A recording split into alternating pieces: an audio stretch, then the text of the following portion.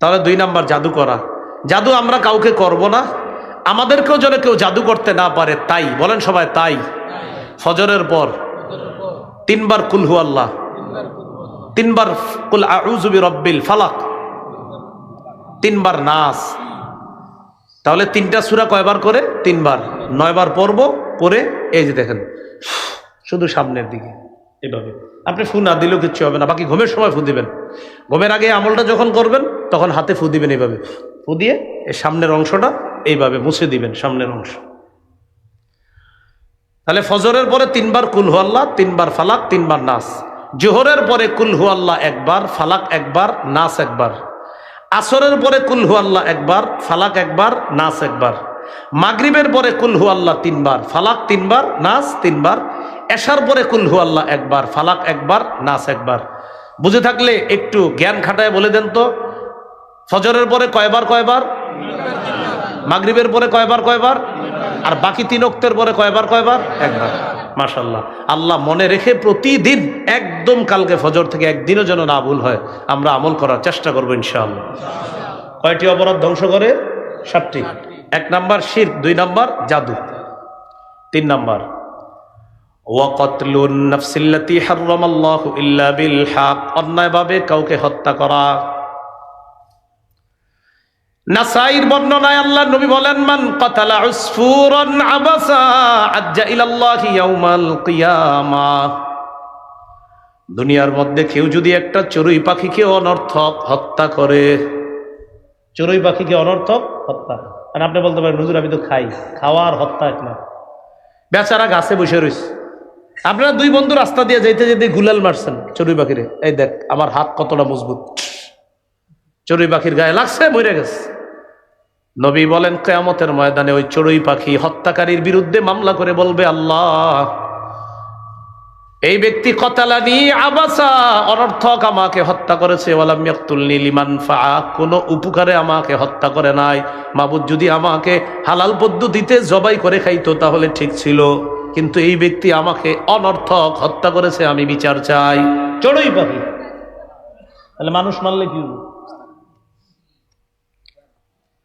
তাহলে হত্যা দুনিয়া বরবাদ, আখেরাত বরবাদ। 4 নাম্বারটা বলি, যদিও আপনাদের এলাকায় হয়তো এটা অপরিচিত, তারপরে বলি, কিন্তু ভবিষ্যতে কখনো হইলে আমরা এটাও বর্জন করবো, বলেন ইনশাআল্লাহ। বলবো 4 নাম্বারটা, ওয়া আকলুর রিবা, সুদ খাওয়া। জুরি দিকে এগুলা চিনে মানুষ কি বলে। 4 নাম্বার সুদ খাওয়া, এটা দুনিয়া বরবাদ করে, আখেরাত বরবাদ করে। যারা এই অপরাধে লিপ্ত আছে আমরা সবাই দোয়া করি আল্লাহ যেন তাদেরকে ফিরিয়ে আনেন। ভাই সুদ খায়েন না, ফিরে আসেন। সুদের ভয়াবহতা অনেক বেশি, আল্লাহ হেফাজত করেন। সুদ লেখা, আমার নামটা পাশে লেখা একটা সার্চ দিবেন, লম্বা বয়ান আছে সুদের, হ্যাঁ লম্বা বয়ান আছে সুদ সম্পর্কে। 16টা ভয়াবহতা সুদের, এক বয়ানে 12টা, আরেক বয়ানে বলছি 16টা। তো 16টা যেখানে বলছি ওইটাই শুনেন, ওইটা বিস্তারিত আলোচনা। এগুলো আপনার 4 নাম্বার। 5 নাম্বার ওয়া আকলু মালিল ইয়াতীম, এতিমের সম্পদ অন্যায়ভাবে ভক্ষণ করা।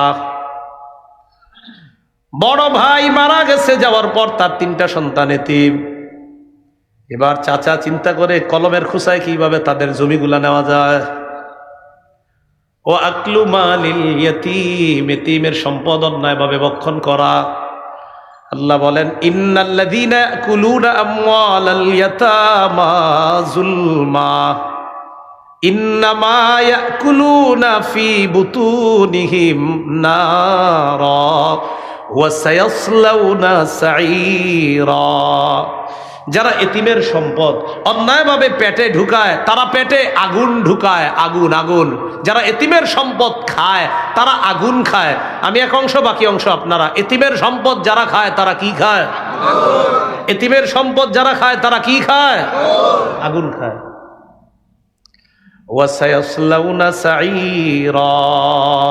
পরকালে এরা প্রজ্বলিত আগুনে প্রবেশ করবে, জাহান্নামে প্রবেশ করবে। আল্লাহ আমাদেরকে হেফাজত করেন।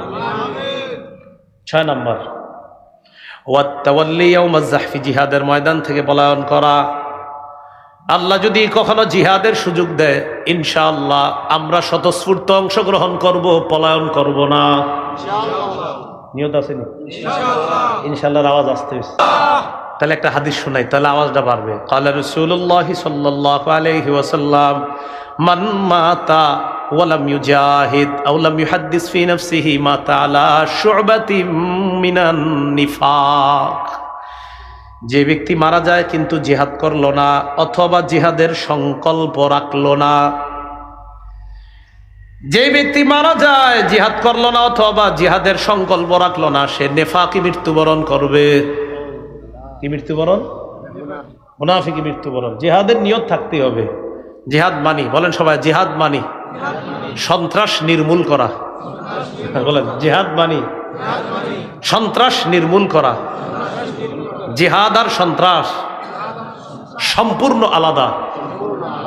সন্ত্রাস অপবিত্র, জিহাদ পবিত্র। এবার আপনারা বলবেন, জিহাদ আর সন্ত্রাস সম্পূর্ণ আলাদা। জিহাদ পবিত্র, সন্ত্রাস অপবিত্র। এই কথাগুলো বেশি বেশি বলে বুঝাতে হবে সবাইকে। তাহলে 6 নাম্বার, জিহাদের ময়দান থেকে পলায়ন করা এটা অপরাধ। 7 নাম্বার, ওয়াকসফুল মুহসানাতিল মুমিনাতিল গাফিলাত, সতীসাদী মুমিন নারীর উপর মিথ্যা অপবাদ দেওয়া। সতীসাদী মুমিন নারীর উপর মিথ্যা অপবাদ।